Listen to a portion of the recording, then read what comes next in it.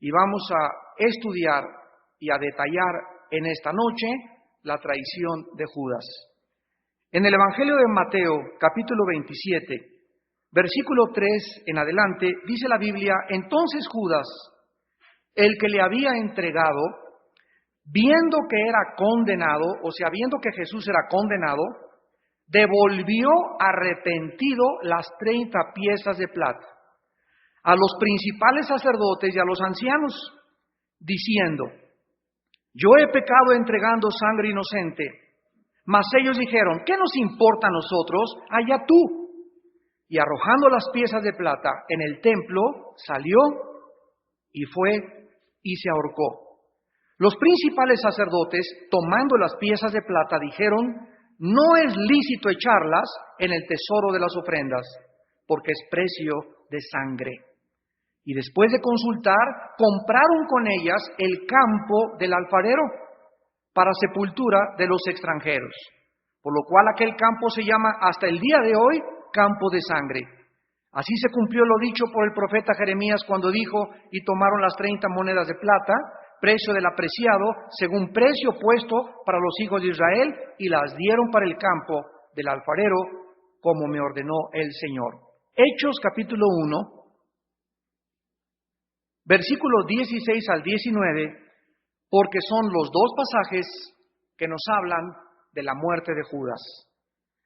En Hechos 1, 16 al 19, dice la Biblia: varones hermanos, es Pedro el que está hablando, era necesario que se cumpliese la escritura en que el Espíritu Santo habló antes por boca de David acerca de Judas, que fue guía de los que prendieron a Jesús. Y era contado entre nosotros, o con nosotros, y tenía parte en este ministerio. Este, pues, con el salario de su iniquidad, adquirió un campo y, cayendo de cabeza, se reventó por la mitad, y todas sus entrañas se derramaron. Y fue notorio a todos los habitantes de Jerusalén, de tal manera que aquel campo se llama en su propia lengua Aceldama, que quiere decir campo de sangre. El Espíritu Santo en esta noche nos quiere revelar un vistazo profundo de más cerca, con microscopio, en la vida de Judas Iscariote, antes de que continuemos explicando los juicios de Jesucristo. La mañana había llegado, vimos nosotros en las conferencias anteriores que Judas, como a las 10, 11 de la noche, abandonó el aposento alto, o el día en que Cristo toma la última cena con los discípulos y establece el pacto de sangre representado por el pan y el vino que tomaron. Judas, cuando se siente descubierto por Jesús, y Jesús dice: uno de ustedes me va a entregar, el que moje su pan en mi taza, Judas se da cuenta que Jesús ya sabía que él era el traidor. Ninguno de los discípulos sabía que él era el traidor, pero Jesús ya lo sabía. Entonces Judas, sabiéndose descubierto, vemos que sale de la última cena precipitadamente. Casi los discípulos no se dieron cuenta que se había ido, y se fue con los sumos sacerdotes y con los líderes para decirles: tenemos hoy en la noche que hacer algo, porque él me ha descubierto ya. Y si él me descubrió ya no va a poder hacerse un complot para asesinarlo después. Los judíos, como también ya lo habíamos estudiado, no tenían planeado esa noche matar a Jesús, porque estaban en el tiempo de la Pascua, y entonces tenían miedo de que hubiera una subversión y el pueblo, como estaban de todas las aldeas en Jerusalén celebrando la Pascua, tantos seguidores de Cristo pudieran levantarse en armas e impedir que su líder fuera asesinado. Sin embargo, Dios fue el que determinó y el que escogió el día y la hora en que su hijo tenía que morir.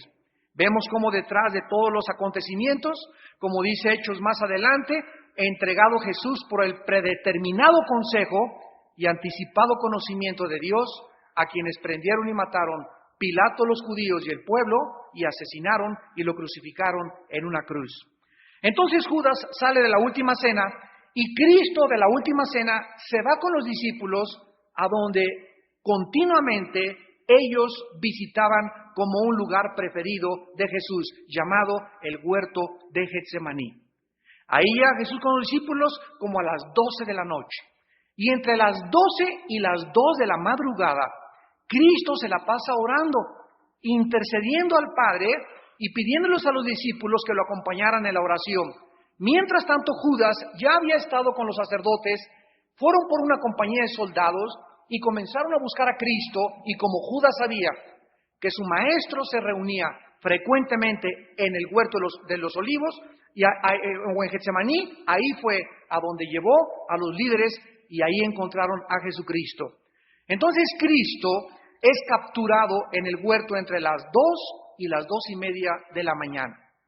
Y entre las 2:30 de la mañana a las 7 de la mañana, Cristo atravesó 4 o 5 juicios con el sumo sacerdote Anás, con Herodes y con Pilato.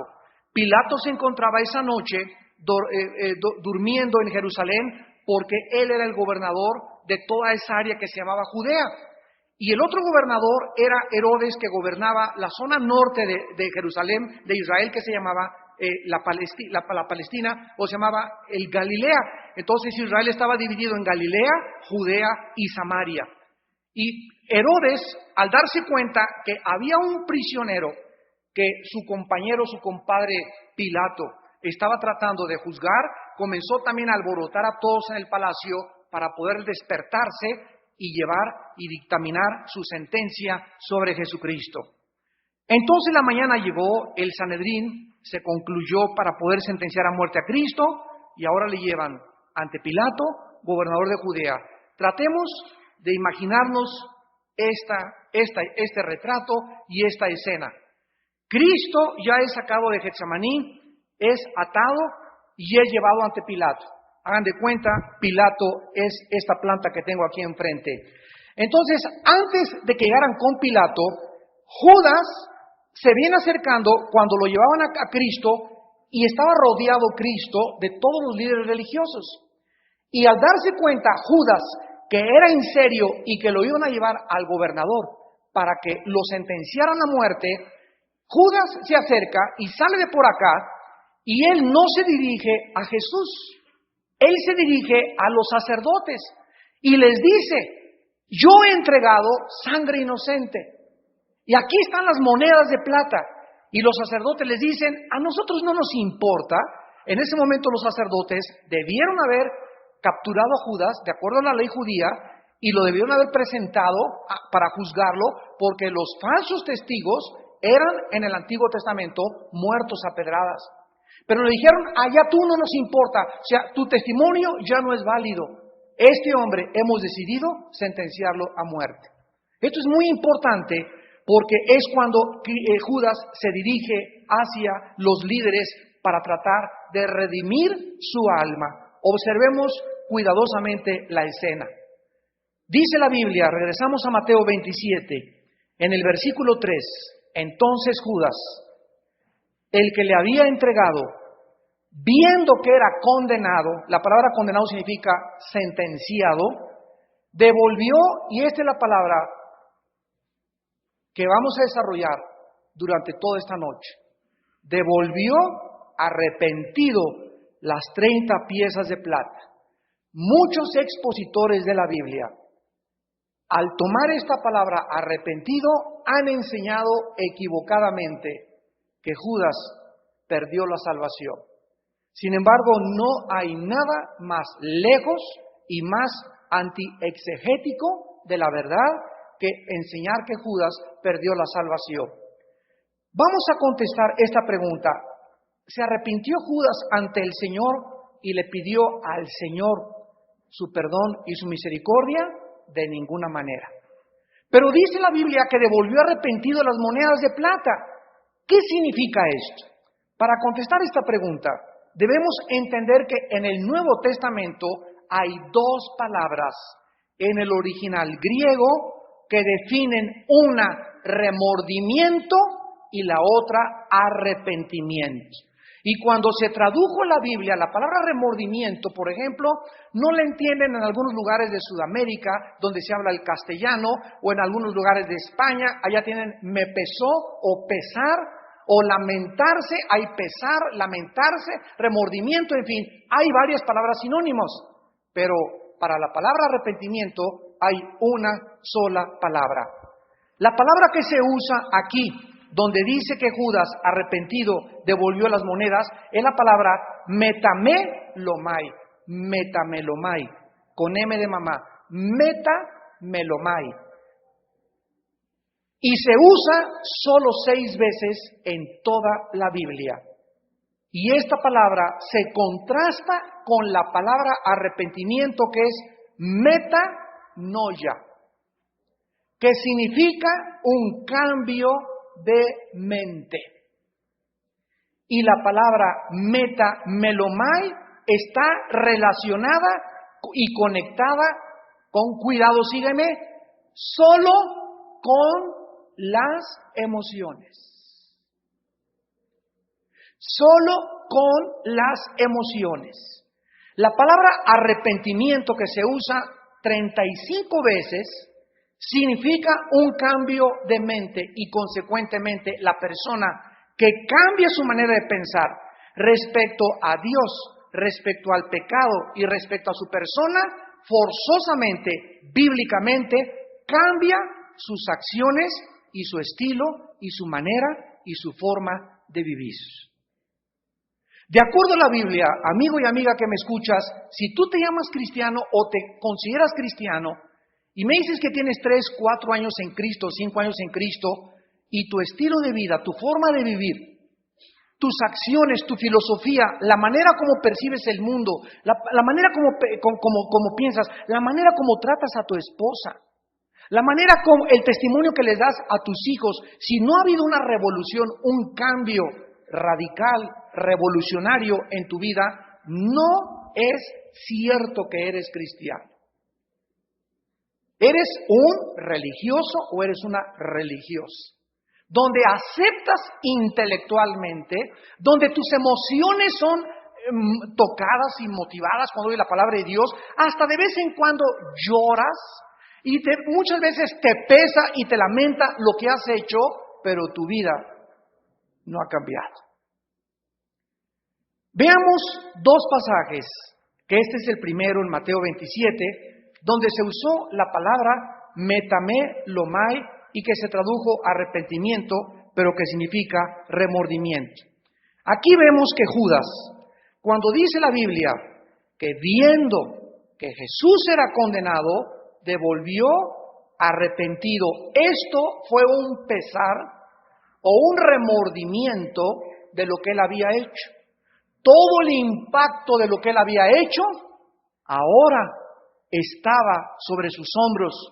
Se dio cuenta en ese momento que definitivamente había actuado mal, por lo que ya no quería ese dinero, porque él sabía que ese dinero era maldito. Y es interesante aquí notar algo. 30 monedas era el precio que se pagaba por un esclavo. O sea que con ese dinero Judas pudo haber ido al mercado de esclavos y haber comprado a un sirviente para él. ¡Qué ironía! Que esas 30 monedas era el precio en el que él vendió a Jesucristo, que él venía a hacerse esclavo de nosotros, sirviente de nosotros, para dar su vida en una cruz.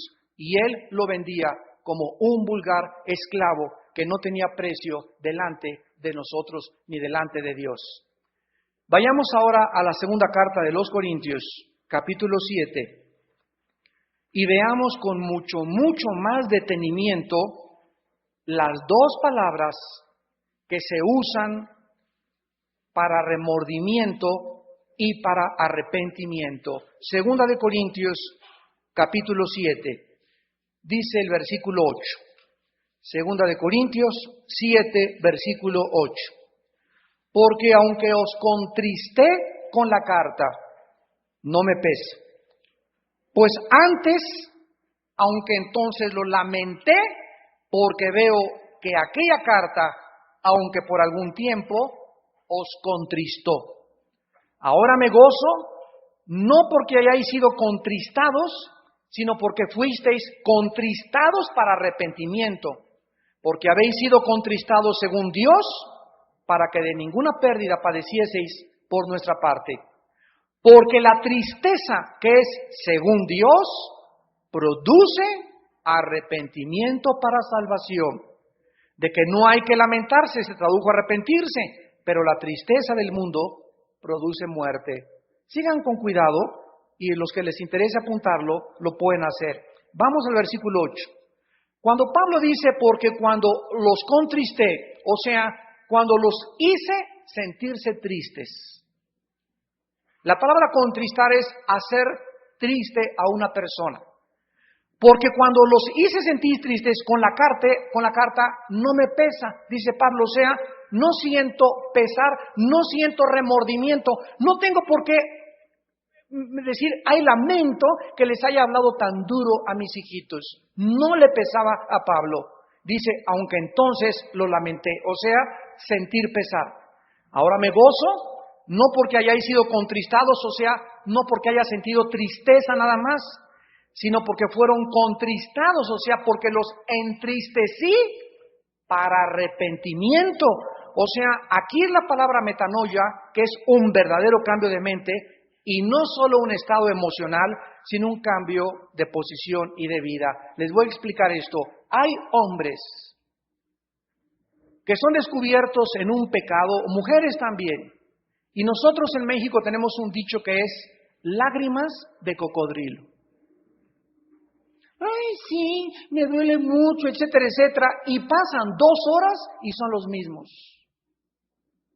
O sea, en un momento algo te puede contristar, hacerte sentir triste, pesar. Mira lo que hice, Dios mío, como dice el periódico, hombre que mata a su esposa y a sus hijos a balazos y después arrepentido va y se pega y se vuela la tapa craneana de los sesos en el cementerio. Eso no es arrepentimiento. Este hombre le dolió, el impacto de haber matado a su esposa y a sus hijos fue tan grande que afectó sus emociones. Pero si él se hubiera arrepentido como Judas, no se hubiera suicidado. Entonces tenemos que diferenciar en que te entristezcas, y ahí sí me duele esto, y ya no lo vuelvo a hacer, y otra cosa es que esa tristeza sea producida según Dios, según el Espíritu Santo, porque Dios ve el corazón y el arrepentimiento es un don que Dios concede. Y en ese momento tú sepas que no solamente, ay, me dolió mucho que haya adulterado, me duele mucho que haya robado, me duele mucho que haya robado, o anoche vi la pornografía, me siento muy mal, sino que te lleve a cambiar la manera en la que vives. Hace algunos años había un hombre que descubrimos que venía a la iglesia y le descubrieron una vez que llevó a unos hermanos debajo del asiento de su carro 10 revistas de pornografía. Y era uno de los líderes de la iglesia, de una iglesia X. Este hombre fue traído a los pastores y yo hablé con él y le dije, tú no sabes que eres un adicto a la pornografía. Y me dice, sí, y comenzó a llorar. Y le dije, mira, si tú realmente en este momento estás arrepentido, o sea, si estás dispuesto a cambiar tu manera de pensar, y no solo que te pese, que te lamente y que te produzca lágrimas de cocodrilo, sino que realmente quieras cambiar, tú tienes que dejar esto. Este hombre se fue de la iglesia, bueno, esa noche, y después le preguntamos 1 o 2 semanas a su esposa, y su esposa nos contestó que seguían las revistas debajo de su coche, debajo del asiento de su carro, diciéndonos a nosotros que cuando abandonó la iglesia y cuando abandonó la consejería de los pastores de este hombre, realmente tuvo remordimiento, porque si hubiera estado arrepentido, hubiera llegado a su coche en ese momento, las agarro y a la basura. Y Padre Santo, perdóname porque te he ofendido. Señor, tú sabes que no tengo fuerza, no tengo el valor para dejar esto, pero me está haciendo daño y quiero, ese es un cambio de mente hacia Dios. Señor, a ti te he ofendido, y no seguir apapachando y jugando con fuego. Es como el hombre que es sorprendido en adulterio con su secretaria. Y pasan 15 días y le digo, ¿ya corriste a tu secretaria? No, pero ya me arrepentí. ¿Sabes una cosa? Que si tú te hubieras arrepentido, hubieras comenzado con no tenerla ya de secretaria. Porque si la sigues teniendo de secretaria, estás jugando con fuego. Mentiras que estás arrepentido. Te pesa, te lamenta lo que has hecho, pero no hay fruto de arrepentimiento en tu vida. ¿Me van siguiendo? Judas es el ejemplo de esta enseñanza. Su pesar fue un remordimiento o una tristeza más de lo que podía sobrellevar, lo cual produjo su suicidio. Ahora, ¿qué fue lo que hizo Judas? Vamos a verlo con más detenimiento. Judas lamenta, le pesa, le remuerde la conciencia haber entregado al Señor. Y cuando vio que el Sanedrín se acercaba y le llevaba cautivo para ser ejecutado y sentenciado por Pilato, algo lo movió y pensó que tal vez él podía redimir un poco su conciencia que lo atormentaba y que le decía que ese hombre que vivió 3 años con él, desayunó con él, paseó con él, comió con él, cenó con él, lo escuchó, lo vio hacer milagros y 3 años y medio no fueron suficientes para cambiar su corazón. ¿Cuántos cristianos vienen a la iglesia los domingos y los jueves y a la iglesia que tú vas y a los estudios bíblicos y a los desayunos y los ves después de 5 o 10 años que no han cambiado sus corazones? No ha cambiado su hogar, no ha cambiado su matrimonio, no han cambiado sus finanzas, no ha cambiado su vida personal, sus hábitos. No hay santidad, no hay frutos en su vida, pero les gusta oír la palabra de Dios. Y estas personas son a las que Cristo dice en Mateo 7, me dirán en aquel día, Señor, Señor. Y les diré, nunca los conocí. El problema de raíz de Judas es que Judas fue siempre un incrédulo.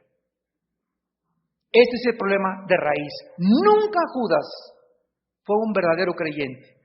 Esta es la razón por la cual cuando venían los líderes con Jesús, él no vino y cayó a los pies de Jesús, al Salvador, sino que fue a los hombres, a los líderes. No se dirigió a Jesús que iba en medio, Señor, te he traicionado, perdóname, ten misericordia de mí. Y Cristo lo hubiera perdonado. Pero él nunca, observemos, nunca fue a Jesús. ¿Cuántos de ustedes vienen con su pastor? Pastor, estoy arrepentida, me pasó esto, ayúdeme, me está yendo mal en la vida. Le pregunto a esta persona, antes que me digas, ya todos los panchos que me estás haciendo, ¿ya se los hiciste a Dios? ¿Ya fuiste con Dios antes y así de esa manera lloraste? ¿O me ves a mí como Dios? Qué grave error de las ovejas. Ver en su pastor a Dios y convertir a un hombre en un Dios. Y no somos dioses. Yo no puedo cambiar tu vida, fulano de tal. Yo no puedo hacer que tu esposa regrese contigo. Yo no puedo evitar que tú te cases con una muchacha incrédula. Mi labor como pastor es decirte, la Biblia dice esto, pero es entre tú y entre tu Creador, en tu relación que tú tienes con Él y lo que Él ve en tu corazón, cosa que yo no puedo ver en tu corazón, lo que determinará tu futuro. No vengas conmigo, yo no puedo cambiar tu vida, el que cambia las vidas es Dios. En Hechos 1:25, que leímos junto con Mateo 27, dice que Judas por transgresión cayó para irse a su propio lugar. Si Judas hubiera caído de rodillas, repito, delante del Señor, hubiera sido perdonado. Si le hubiera dicho a Jesús, he pecado en lugar de a los sacerdotes, él hubiera sido salvado. Sin embargo, no fue esto lo que la Escritura nos revela de Judas. El asunto de Judas lo podemos ver claramente lo que sucedió en 5 pasos. Número 1, Judas tuvo un sentimiento de culpa. Repito, le remordió la conciencia. Recordaba las palabras de Jesús en el huerto, las cuales debieron haber atormentado su alma cuando en el huerto llega y le da un beso a Jesús en la mejilla y Cristo le dice, ¿con un beso me entregas? Esas palabras le han de haber llegado y penetrado como un dardo profundo en su alma. En segundo lugar, Judas tuvo una respuesta emocional. Sintió pesar, sintió tristeza por sus pecados y él hubiera realizado, si hubieras dicho, vete a la villa de rodillas, se hubiera ido a la villa de rodillas, hubiera hecho cualquier cosa por no haber realizado lo que él hizo. En tercer lugar, confesó su pecado e hizo restitución. Les quiso devolver a los sacerdotes las 30 monedas, pero cuando le dijeron, allá tú, no nos importan las monedas, él los forzó que las aceptaran y las aventó al suelo, ¿verdad? Porque él no quería tener ya un recordatorio que le siguiera atormentando su alma mientras esas monedas estaban en su poder. En cuarto lugar, confesó su pecado y confesó que Jesús era inocente. Muchos podrían decir, caray, no se le puede mencionar o pedir más a ninguna otra persona de lo que Judas hizo.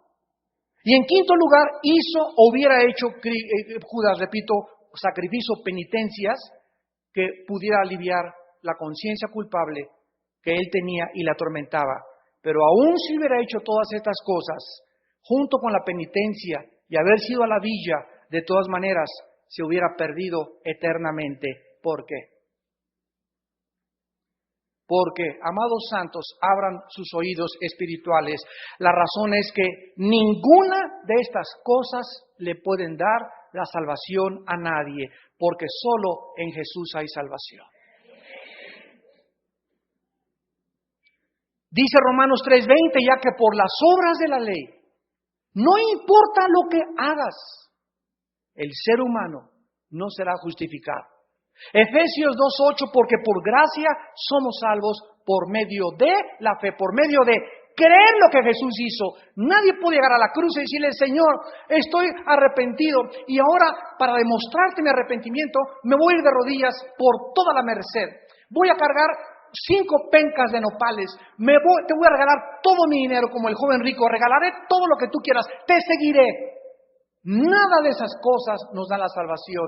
La salvación es creer lo que Dios hizo en la cruz a través de su Hijo Jesucristo.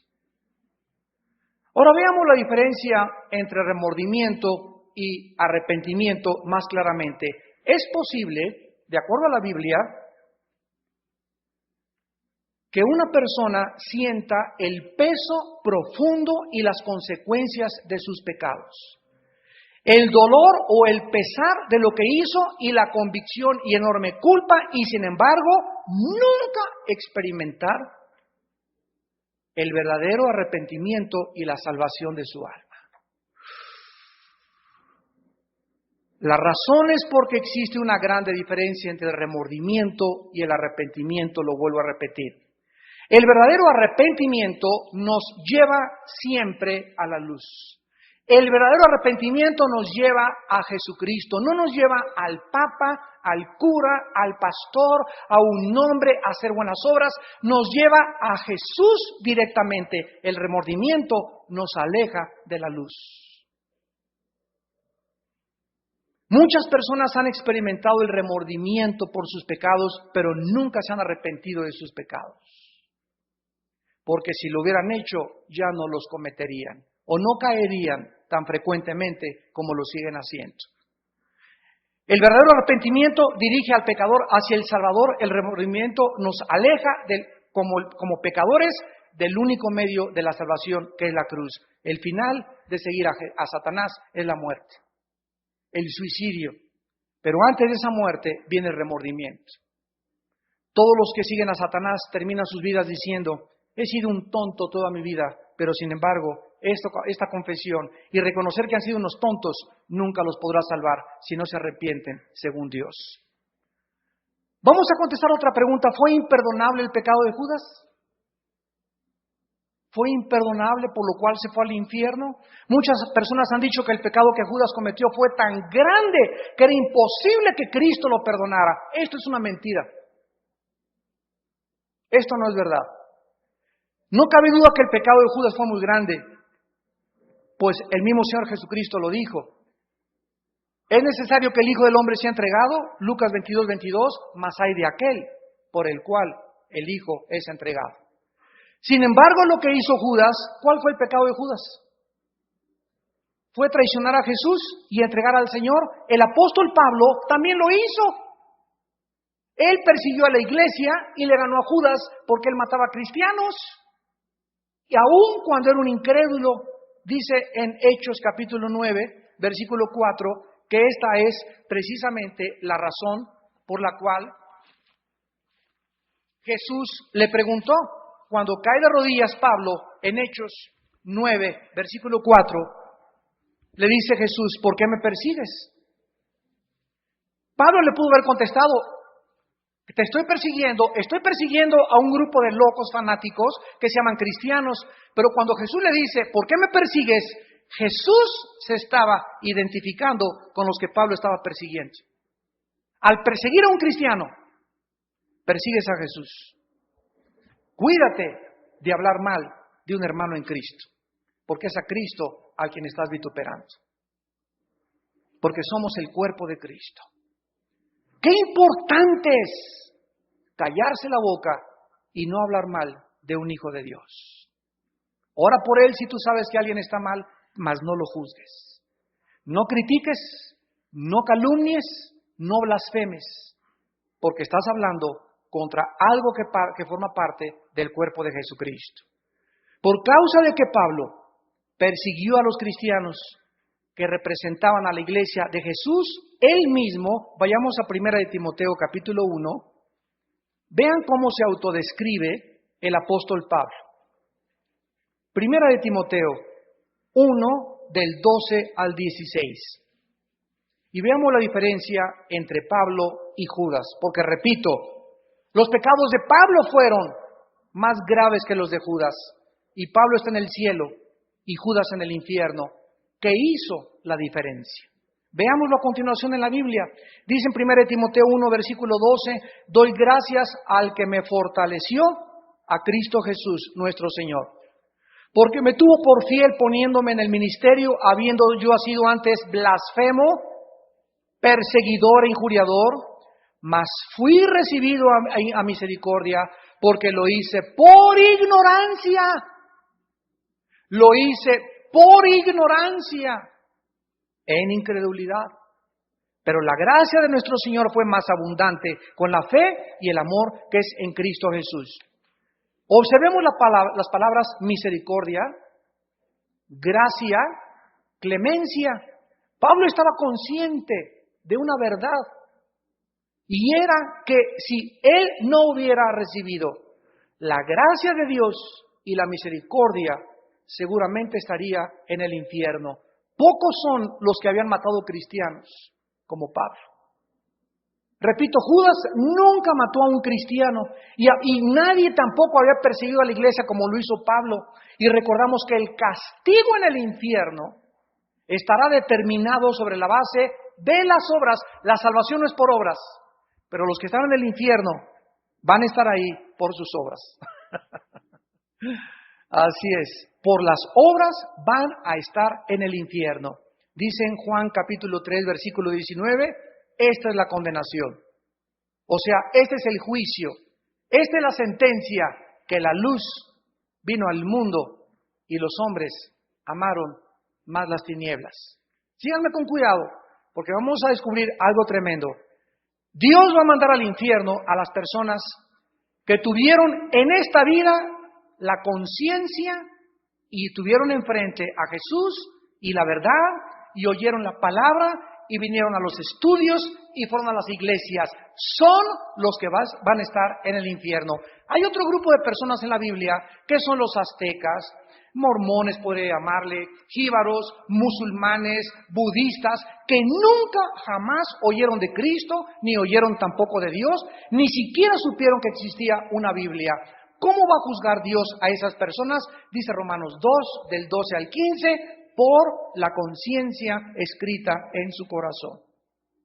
Por la forma como esas personas respondieron a su conciencia, pero a los que tuvieron enfrente la luz y oyeron el mensaje y la palabra de Dios, como tú en esta tarde lo estás oyendo, si tú tienes enfrente la luz y tienes a Jesús y la rechazas y tu arrepentimiento es remordimiento, te vas al infierno aunque vengas a esta iglesia.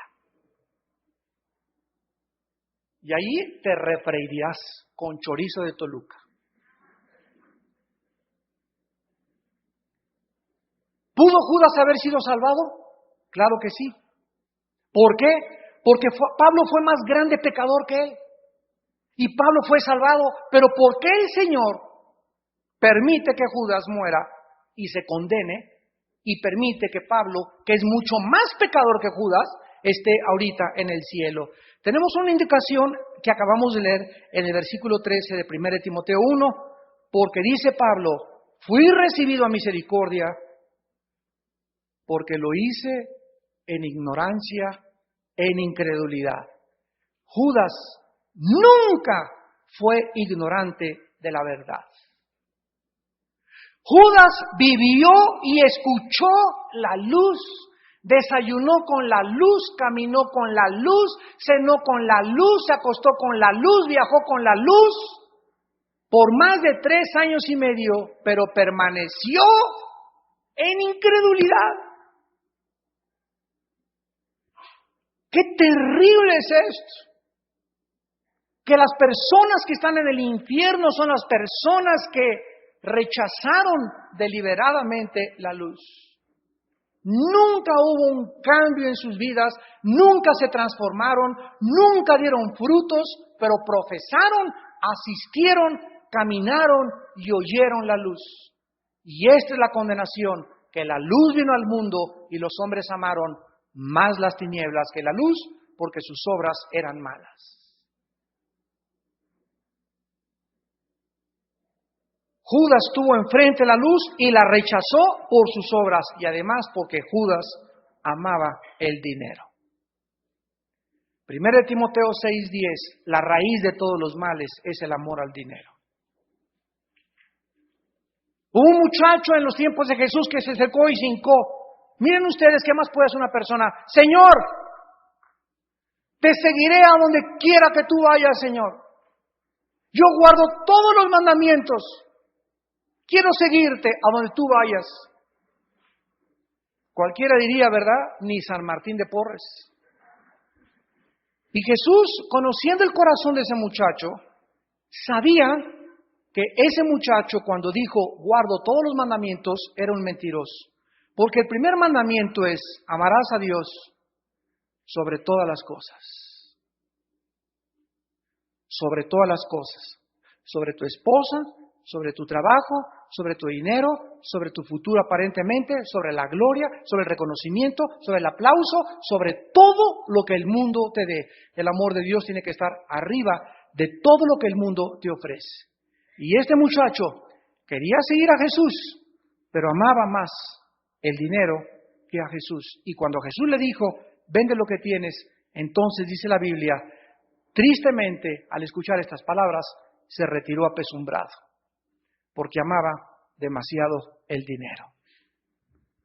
¿Habrá algo en tu vida o en tu vida que te esté impidiendo acercarte y tener la salvación de tu alma?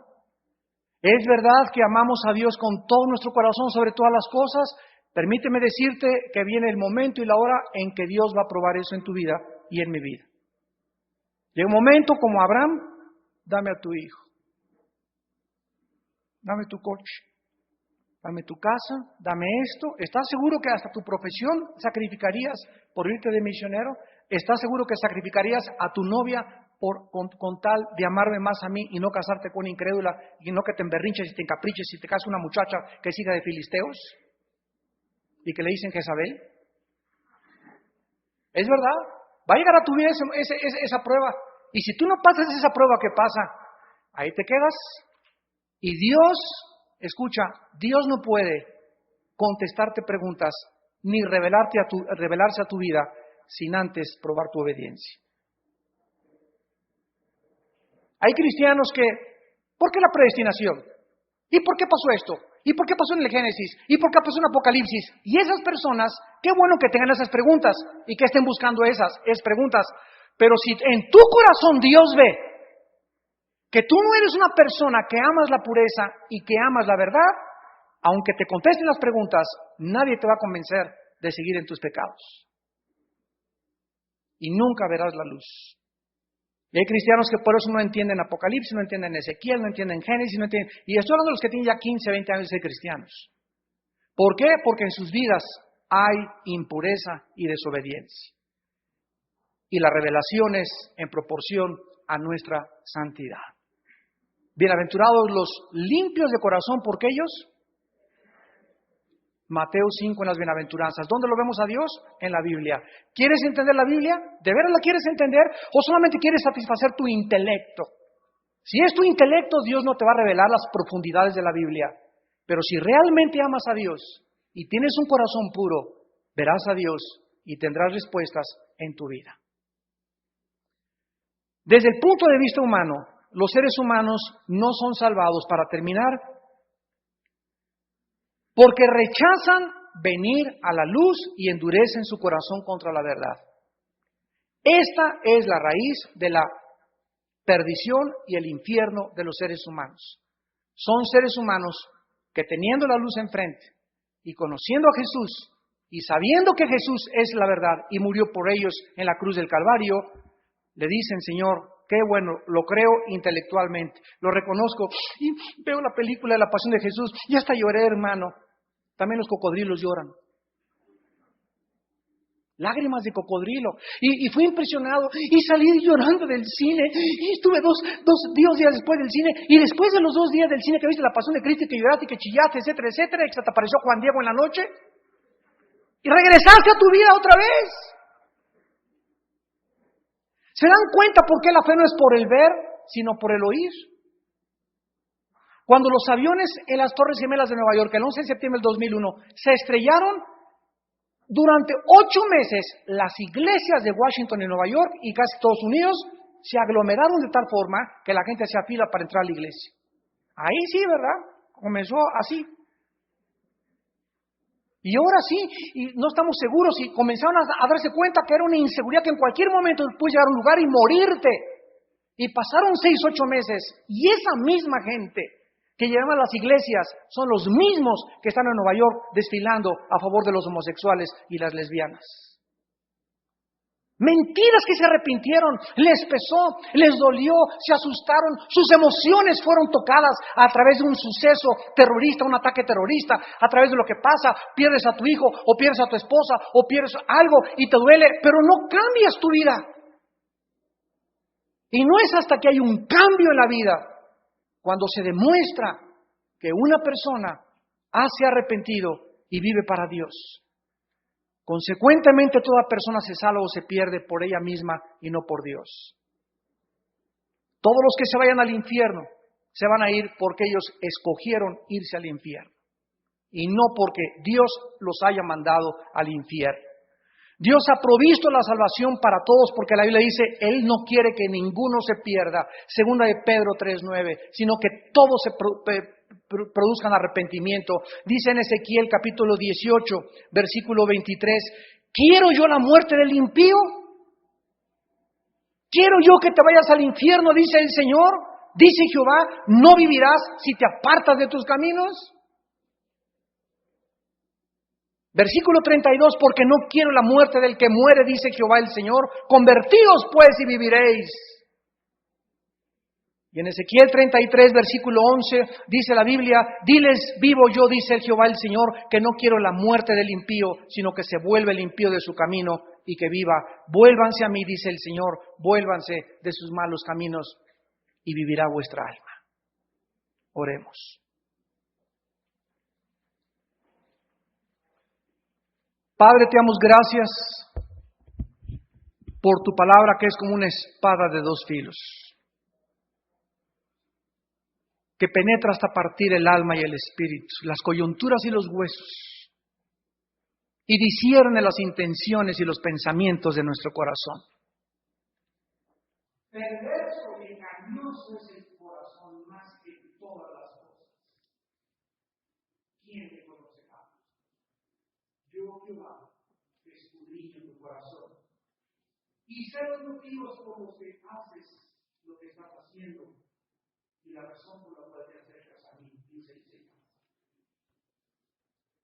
Oh Dios, tu palabra dice que somos como cartas abiertas delante de ti, que no hay nada oculto, sino que estamos desnudos delante de tu presencia, y tú conoces los más íntimos secretos de nuestra alma. No hay nada que pueda esconderse de ti. Tú conoces las tinieblas y la luz. Nadie se puede esconder de tu presencia. Y te damos gracias, Señor, porque eres tú un Dios misericordioso, que tiene misericordia de aquellos que se arrepienten según la tristeza que produce arrepentimiento. Según una tristeza no por lo que hiciste, sino por la forma como ofendiste a Dios. Porque nuestros pecados son contra ti, Señor, contra ti pecamos, antes que contra nuestro prójimo. Padre, te damos gracias por la cruz, porque en esa cruz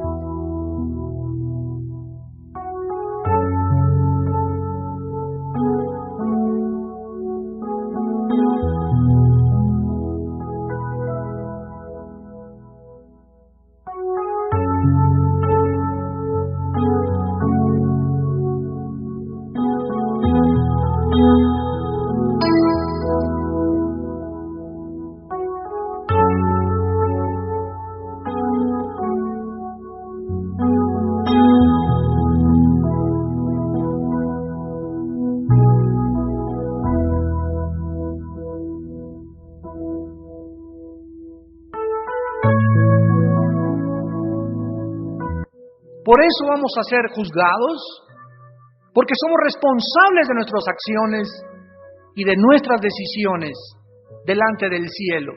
No somos robots, no somos animales guiados por instintos, tenemos una conciencia. Tenemos la libertad de escoger entre el bien y entre el mal. Los animales no tienen esta característica que Dios le otorgó al ser humano. Y por eso la Biblia dice, aquí les pongo la bendición y la maldición. Escoge pues la bendición para que vivas tú y tu casa. Pero el que ama la maldición, esa le vendrá. Amó la maldición y le vino a su vida. Oh Dios, gracias te damos en esta noche por la cruz. Porque en esta noche hay oportunidad de arrepentimiento. Y la Biblia te manda que te arrepientas de tus pecados. Que creas que Jesús en la cruz pagó por ti y por mí con su sangre. Y el Espíritu Santo, que esta noche te ha traído, no es coincidencia que estés aquí, ni es un accidente. Dios en su misericordia te trajo esta noche para que tú le escucharas tal vez por última vez y no tuvieras excusa el día de tu juicio, que la verdad estuvo delante de tus ojos y tú la rechazaste, porque amas más la gloria que viene de los hombres que la gloria que viene de Dios. Las personas que en esta noche quieran por primera vez venir a la cruz, no importa la religión que tú tengas, yo no te invito a que vengas a una religión, te invito a que vengas a un hombre llamado Jesucristo. Te invito a que vengas a la cruz, donde Dios hizo la paz por medio de la sangre de su Hijo, reconciliándonos con Él, no tomándonos en cuenta nuestros pecados. Mas Dios muestra su amor para con nosotros en que siendo aún pecadores, Cristo murió por nosotros. Si tú en esta noche quieres venir a la cruz y asegurarte que no es un mero remordimiento, sino que es un arrepentimiento, es porque Dios te concede en esta noche el arrepentimiento que solo Él puede otorgarte. Y ahí desde tu lugar, dile estas palabras. Dile, Señor mío y Dios mío, me duele profundamente en mi corazón y en mi alma haberte ofendido, haber pecado contra ti, porque contra ti he pecado, solo contra ti. Mi vida no es lo que tú quieres que sea, y me duele mucho ahora saber que tú en la cruz pagaste en mi lugar y que mi vida no ha cambiado. Te pido que me perdones, Señor, porque creo que en la cruz tu Hijo pagó en mi lugar con su sangre por mis pecados. Y te pido que me des el arrepentimiento según tú. Que no sea un mero pesar, sino que en esta noche mi vida pueda tener una transformación, una conversión verdadera, para que yo pueda vivir para ti. Jesús, Hijo de Dios, creo que no hay otro Mesías ni otro Salvador fuera de ti. Y te pido que entres a mi alma como mi Señor y mi Dios. Perdona mis pecados y transfórmame en la persona que tú quieres que yo sea. Porque te lo pido y te doy las gracias en tu nombre maravilloso. Señor Jesús. Amén.